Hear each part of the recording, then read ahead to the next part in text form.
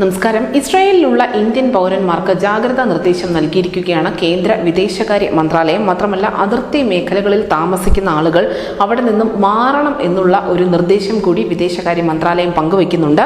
വ്യോമ ആക്രമണത്തിൽ മലയാളി കൊല്ലപ്പെട്ട സംഭവത്തിന്റെ പശ്ചാത്തലത്തിലാണ് ഈ ഒരു നടപടി ഉണ്ടായിരിക്കുന്നത്. കൊല്ലം സ്വദേശിയായ നിബിൻ മാക്സ്വെൽ ആണ് കൊല്ലപ്പെട്ടത്.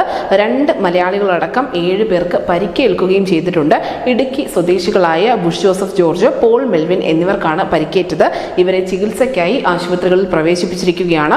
തിങ്കളാഴ്ച രാവിലെ 11 മണിയോടെയാണ് ഇസ്രായേലിലെ വടക്കൻ ഗലീലി മേഖലയിലെ മൊഷം എന്ന സ്ഥലത്ത് ഒരു മിസൈൽ ആക്രമണം ഉണ്ടായത്. ഇസ്രായേലിലെ കൃഷി ഫാമിലെ ജീവനക്കാരായിരുന്നു ഈ 3 പേരും. സംഭവത്തിൽ ഇസ്രായേൽ എംബസി ദുഃഖം രേഖപ്പെടുത്തി രംഗത്തെത്തിയിരുന്നു.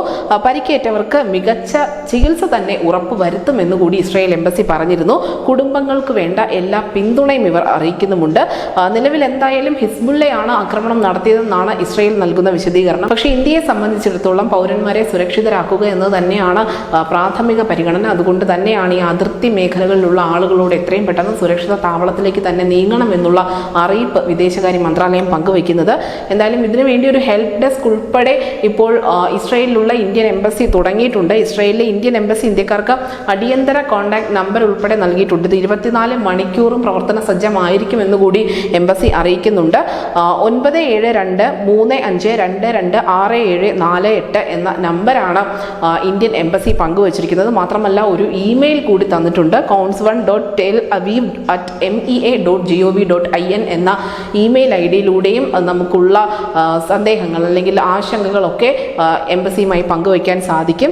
നിലവിൽ എന്തായാലും വലിയ ജാഗ്രതാ നിർദ്ദേശം തന്നെയാണ് ഇന്ത്യയുടെ ഭാഗത്തു നിന്നും ഉണ്ടായിരിക്കുന്നത്. പ്രത്യേകിച്ചും ഇന്ത്യക്കാരേറെ ഉണ്ട് ഇസ്രായേലിൽ. അതിൽ ഭൂരിഭാഗവും മലയാളികളാണ് എന്നത് നമുക്കറിയാം. പല വിസയിൽ കൃഷിക്ക് അല്ലെങ്കിൽ മറ്റ് ആരോഗ്യ പരിപാലന രംഗത്തൊക്കെ ജോലി ചെയ്യുന്ന നിരവധി മലയാളികൾ ഇസ്രായേലിലുണ്ട്.